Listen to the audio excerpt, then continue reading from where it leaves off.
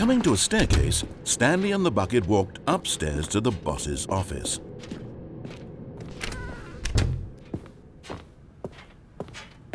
Stepping into his manager's office, Stanley was once again stunned to discover not an indication of any human life. Crushed by the weight of this revelation, Stanley may have broken down into an emotional dumpster fire, if not for the soothing. But Stanley guessed the correct code by sheer luck. Was it that the bucket knew all along? Was the bucket guiding him? Yes, this is certainly the most logical explanation.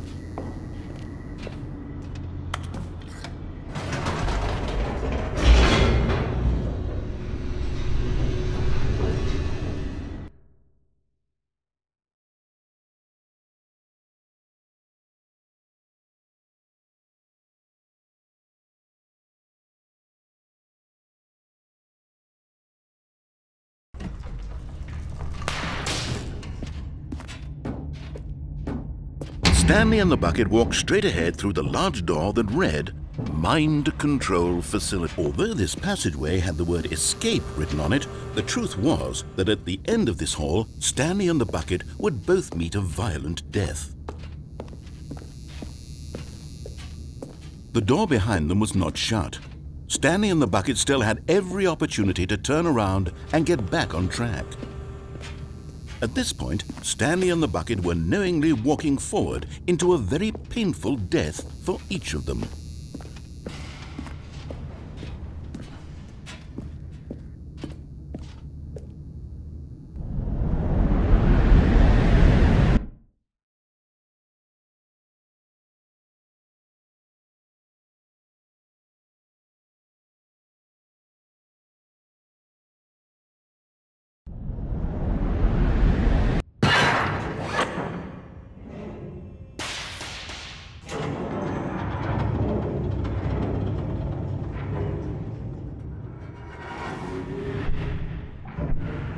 As the machine whirred into motion and Stanley and the bucket inched closer to their demise, Stanley reflected on how meaningless the bucket's warmth and comfort had turned out to be.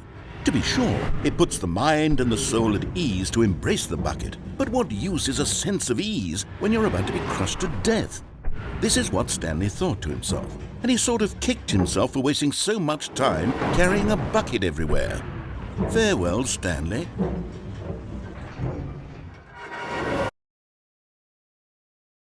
"Farewell, Stanley," cried the narrator, as Stanley and the bucket were led helplessly into the enormous metal jaws. In a single visceral instant, the bucket's life came to an end as it was crushed violently to death.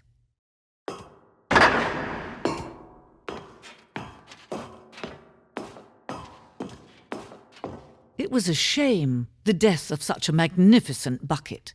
It's true that all buckets are radiant in their own way, but this one stood above the rest. It was a glorious bucket to behold.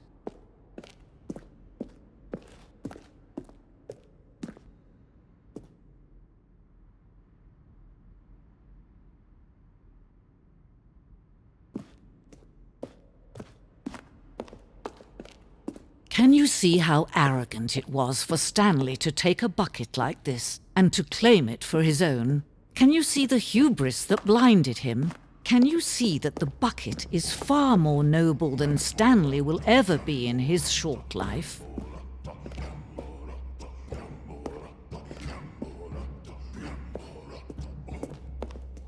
No man can own a bucket, and certainly not a bucket as dazzling to behold as this one. It is man who should kneel before the bucket.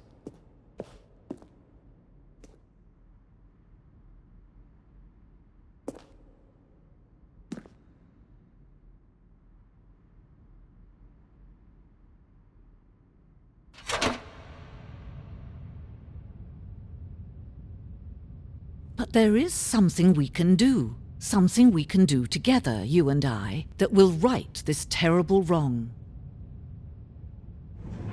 Let Stanley die. Let him be crushed by the machine. Don't reset the game. Don't give him another opportunity to run off with another beautiful bucket.